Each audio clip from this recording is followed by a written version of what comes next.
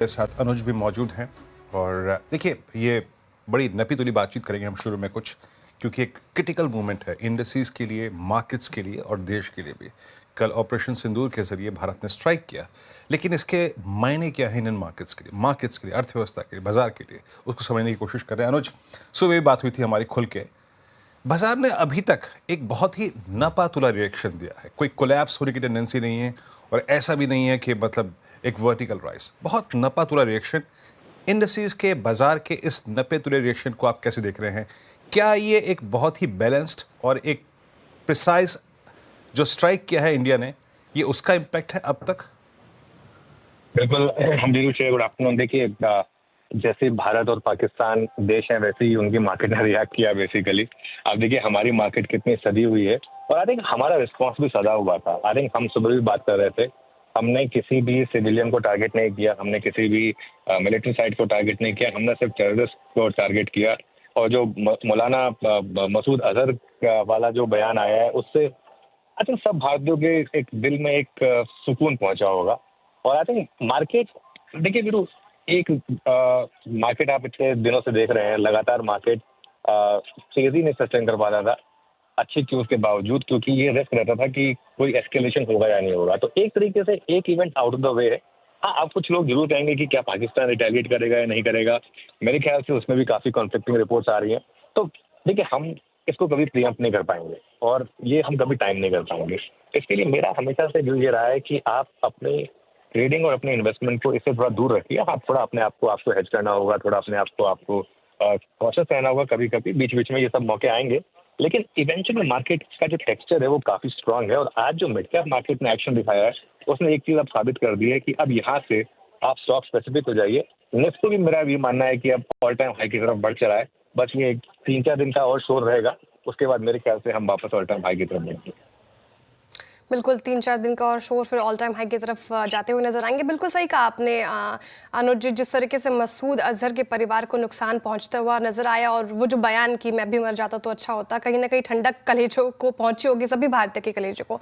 लेकिन बाजार की बात करें तो ठीक डिसेंट रिस्पांस आपने भी वही मेंशन की। लेकिन सेक्टर स्पेसिफिक में बात करूं तो अगर जिस तरीके से आपने कहा कि हाई की तरफ हम पिछले कुछ दिनों में पहुंचते हुए नजर आएंगे, ऐसे में कौन सा सेक्टर आपको लग रहा है, कंसिडरिंग एफटी एग्रीमेंट भी, जो सेक्टर लीड कर सकता है फिलहाल?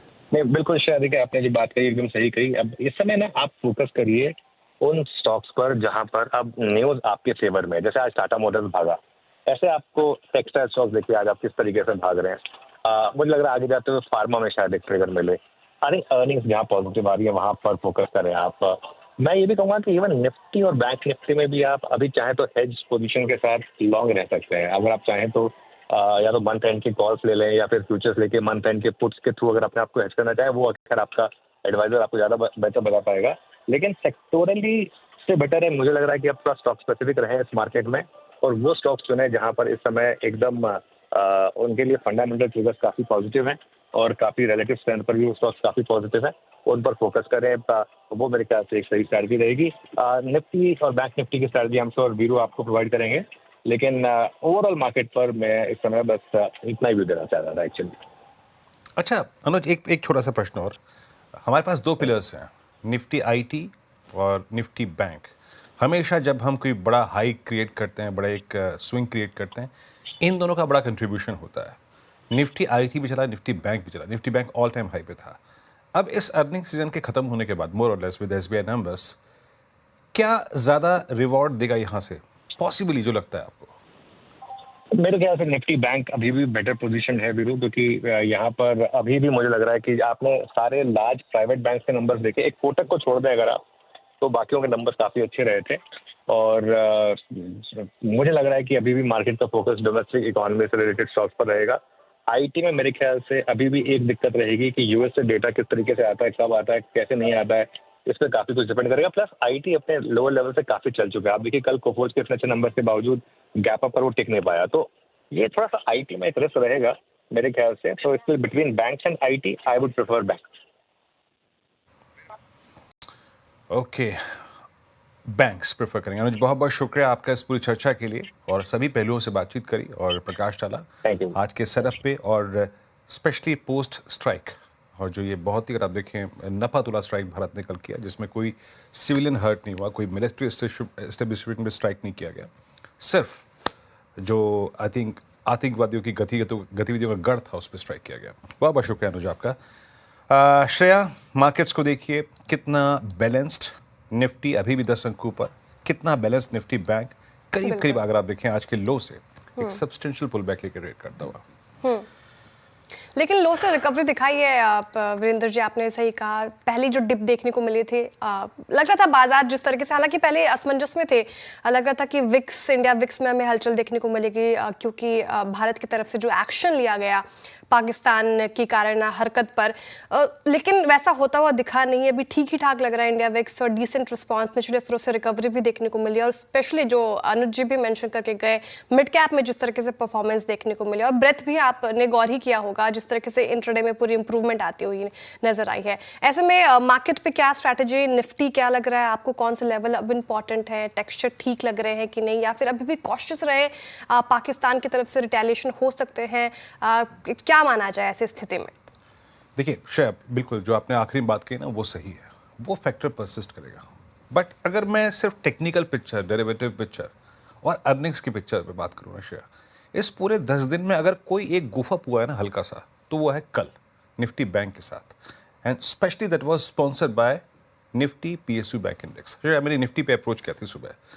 देखिए श्रेया, बाजार में बहुत सारा तबका वो भी होता है जो सिर्फ टेक्निकल से फोकस करता है। कम वॉट में चाहे कुछ हो जाए, हमें इस प्राइस पे बाय करना है, कम वॉट में कुछ भी हो जाए, मुझे इस प्राइस पे सेल करना है। उनके लिए क्या अप्रोच थी, बेस वन लेके आइए स्क्रीन पे।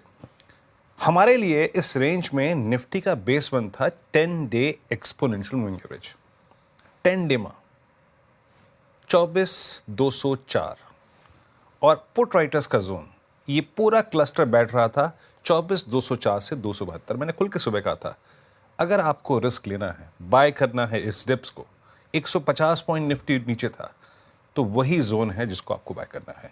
निफ्टी का आज का इंट्राडे लो श्रेया, वो है करीब, आप समझ लीजिएगा कि 220। एग्जैक्टली इस पॉइंट पे गया, पुल बैक ले लिया, और जरा रेजिस्टेंस लेके आइएगा। अभी हम इतने कंफर्टेबल भी नहीं हैं कि हम सब कुछ तोड़ ताड़ के ऊपर निकल जाए। 488,537 निफ्टी का आज का हाई क्या है, 24,450, यानी एक टेक्सचर था श्रेया अगेंस्ट ऑल ऑड्स, और स्पेशली जिस प्रकार का लिक्विडिटी चेस कर रहा है इंडियन मार्केट्स को, हमें एक जोन मिल रहा था ट्रेड करने के लिए, और तमाम न्यूज़ फ्लोज के बीच में अच्छी बुरी निफ्टी ने उस जोन को रिस्पेक्ट दी। जो मैं कल भी आपसे बात करता था श्रेया, एक रेस्ट्रिक्टेड डाउन साइड, या फिर कह सकते हैं कि एक वेल डिफाइंड जोन है, और वो है 24,200। वहां तक के डिप को बाजार ने बाय किया, और अभी भी जब तक वर्टिकल राइज की अगर आप अपेक्षा कर रहे हैं, अगर आप 24,800 की बात कर रहे हैं, वो तभी आएगा जब आप 24,550 की ट्रेजेक्टरी को क्लियर कर जाएंगे श्रेया। बिल्कुल, निफ्टी पे ये स्ट्रैटेजी आप अपनाएं, लेकिन बैंक निफ्टी में क्या करें वीरेंद्र जी? जिस तरीके से हमने कल 2 सेशंस देखे, भारी गिरावट, कल स्पेशली प्रेशर में था, जिस तरीके से पीएसयू बैंक्स में हमें बिकवाली देखने को मिली। आज थोड़ी रिकवरी करने की कोशिश की है, इन ग्रीन ट्रेड कर रहा है, बाइंग दिखी है यहाँ पे, तो ये क्या परसिस्ट करेगी? अभी थोड़ा सुधर रहा है बैंक निफ्टी का हाल? देखा शायद जब कल हम क्लोजिंग में थे, मैंने कहा था ना कि वीक है, फिर वो 54,000 के पुट राइटर को हमने एग्जिट करते हुए देखा, हम कोलैप्स हुए। कल का बेस 2 था 54,241, वो छुआ। आज सुबह मैंने एक बात कही थी, डॉक्टर साहब सुबह के पिरामिड्स अगर निफ्टी बैंक के पढ़ो तो लेके आइएगा प्लीज। आज का लो, आज का बेस वन क्या था, ये देखिए पिरामिड श्रेया, ये जरा ब्लू कैंडल को देखिए, ये ऑरेंज कैंडल को, 54,000 की पुट, मैक्सिमम आउटस्टैंडिंग वाई यहीं पे खड़ा हुआ था। और मोर प्रिसाइसली जरा प्लीज निफ्टी का बैंक का बेस वन लेके आइएगा।